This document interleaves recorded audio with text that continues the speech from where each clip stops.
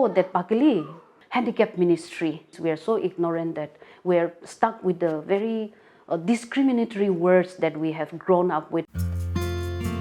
I'm Ella, Director Prodigals Home, based here in Dimapur. It's an NGO. We have been working with persons with disability since the year 2007. In 2006, I had a personal experience with a girl here in the streets of Dimapur. There was a girl begging around in the street, and for me it was a big shock and a very big surprise, because here in Nagaland we don't see any of our local girls or boys or anyone begging around in the street. One day when I saw her again on my way to the office, I thought to myself, no, I cannot let on this girl go on begging on the street. After inquiring and then gathering information from the shops and all, I came to know she's from one particular tribe from Nagaland, from a remote district. The first thing that came to my mind of where to seek help or how to seek help was that I thought I should call up one of the church leader from her community. And when I call up that leader from her community, when I told him, oh, we found a girl from your community and we want you to help us out how to trace the family, then the first response that was given to me from that end, from that church leader, was that, oh, that Pakili. Oh, that Pakili means here in Nagamis it is, oh, that mad girl or that crazy girl. That the way he said was, I found it very, I just couldn't accept it. I started thinking, no, I think we need to change the way we look at persons with disability, the way we talk, the way we say about the persons with disability. So that was the incident in 2006, which started making me to think that we really need to educate our community about persons with disability and in what way we can help them.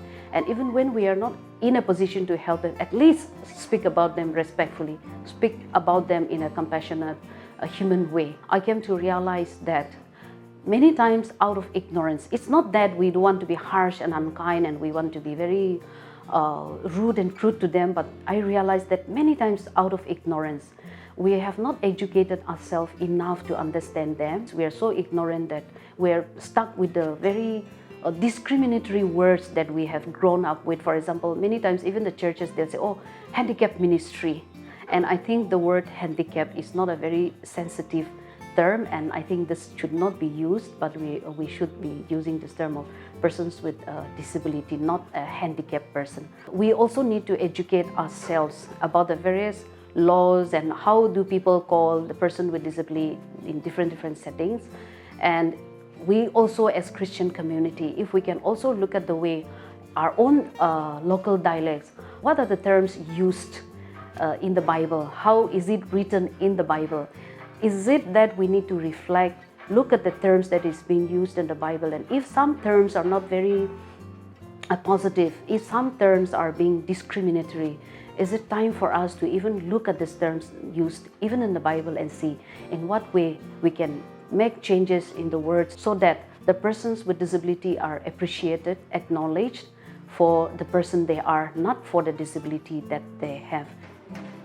We talk so much about the barriers that the persons with disability face, but I think the biggest challenge that is being faced by the person with disability is the words that we use towards them. So I think if we have to welcome them, if we have to include them in our homes, in our localities, in our churches, in our community, I think the first thing that we have to look at is how do we look at them.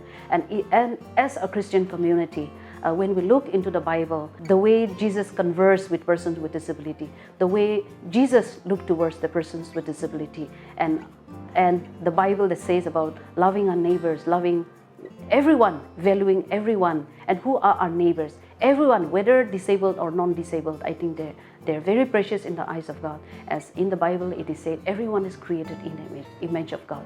So whether they're persons with disability or not, we are all created in the image of God.